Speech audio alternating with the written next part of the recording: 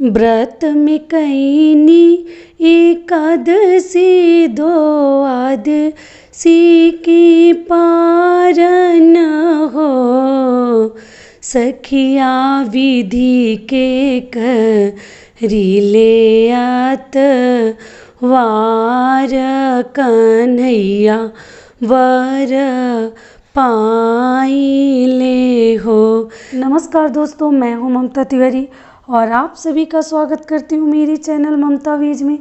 कैसे हैं आप सब? तो चलिए आज हम इस वीडियो में पुत्रदा एकादशी के बारे में कुछ महत्वपूर्ण जानकारियाँ प्राप्त कर लेते हैं। इस एकादशी का शुभ मुहूर्त क्या है, कब हमें व्रत रखनी है, इसमें कौन सी कथा कही जाती है और द्वादशी का पारण हमें कैसे करनी चाहिए, क्योंकि एकादशी से ज़्यादा महत्व द्वादशी का पारण का भी है। तो इन सभी महत्वपूर्ण बातों को हम इस वीडियो में जानेंगे, तो इसलिए आप बने रहिए मेरे साथ मेरे चैनल पे। अगर वीडियो पसंद आता है तो प्लीज़ आप मेरे चैनल को सब्सक्राइब कर दीजिए, बेल आइकन को प्रेस कर दीजिए, जिससे मेरे वीडियो के नए नोटिफिकेशन आप तक सबसे पहले पहुँचे। सबसे पहले मैं आपको एक महत्वपूर्ण बात बता देती हूँ कि एकादशी व्रत बहुत ही महत्वपूर्ण व्रत है।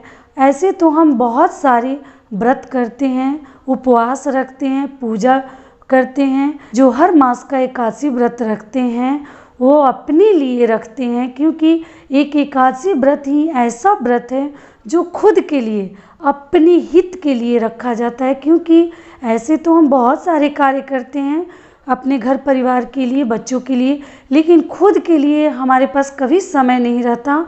तो इसीलिए हमें एकादशी व्रत अपने लिए, अपने जीवन की कामना के लिए, अच्छे स्वास्थ्य के लिए और अगले जन्म के लिए हमें ये एकादशी व्रत हम सभी को रखनी चाहिए।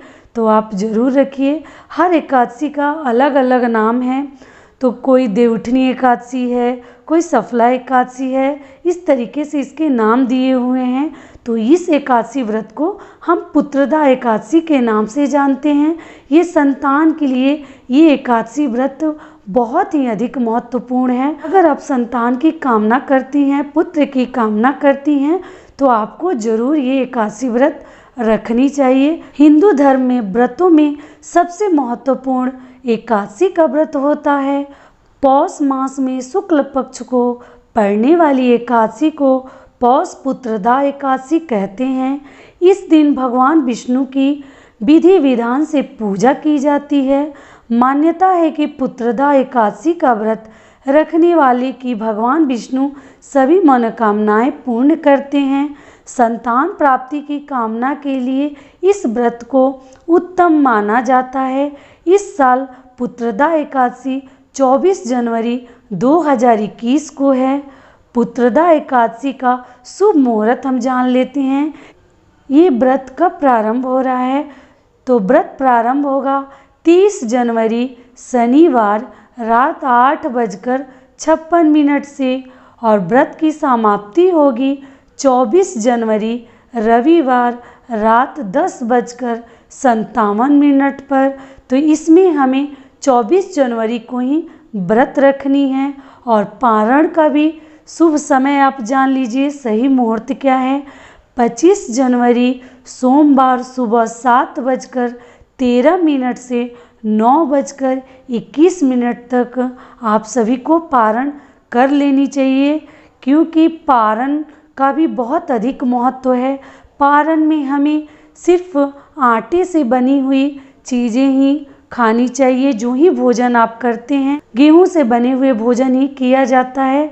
चावल का हम सेवन नहीं करते हैं। इसमें हम सात्विक भोजन करते हैं। कोई लहसुन, प्याज, बैगन, मूली उस दिन हमें न खानी चाहिए, न छूनी चाहिए। द्वादशी व्रत के पारण में हम तेल का भी प्रयोग नहीं करते हैं। जो ही भोजन बनाएं घी से बनाएं और एक ही समय हम भोजन करते हैं और फिर शाम को हम भोजन करते हैं। द्वादशी के पारण में हमें इस बात का भी ध्यान रखना चाहिए कि पारण के दिन हमें सोनी नहीं चाहिए, जग कर रहना चाहिए, क्योंकि द्वादशी का पारण जो है बहुत अधिक महत्व रखता है। इन सभी बातों को थोड़ा सा ध्यान दीजिएगा। तो चलिए आगे जान लेते हैं संतान की कामना के लिए कौन से हमें कार्य करने चाहिए। तो संतान कामना के लिए इस दिन भगवान विष्णु के बाल स्वरूप की पूजा की जाती है।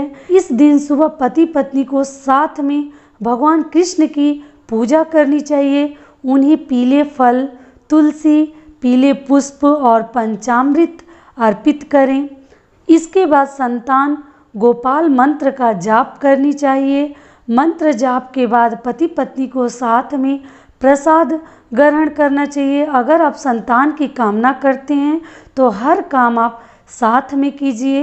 एकादशी के दिन भगवान श्री कृष्ण को पंचामृत का भोग लगाना अति शुभ माना जाता है। तो चलिए आगे जान लेते हैं पुत्रदा एकादशी के दिन हमें कौन सी कथा सुननी चाहिए। कथा सुनने का बहुत अधिक लाभ मिलता है। धार्मिक कथाओं के अनुसार भाद्रवती राज्य में सुकेतुमान नाम का एक राजा राज्य करता था। उसकी पत्नी सैब्या थी। राजा के पास सब कुछ था, सिर्फ संतान नहीं थी। ऐसे में राजा और रानी उदास और चिंतित रहा करते थे। राजा के मन में पिंडदान की चिंता सताने लगी थी।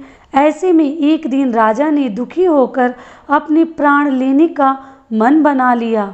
हालांकि पाप के डर से उसने यह विचार त्याग दिया।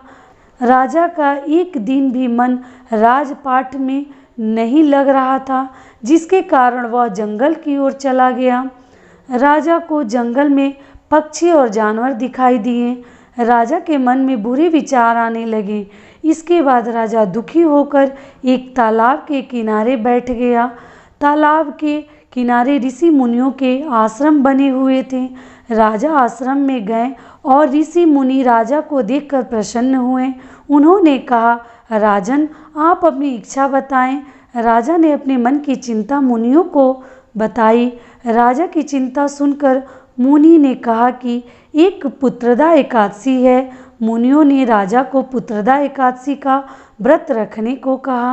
राजा उसी दिन इस व्रत को रखे और द्वादशी को इसका विधि विधान से पारण किया। इसके फलस्वरूप रानी ने कुछ दिनों बाद गर्भ धारण किया और 9 माह बाद राजा को पुत्र की प्राप्ति हुई।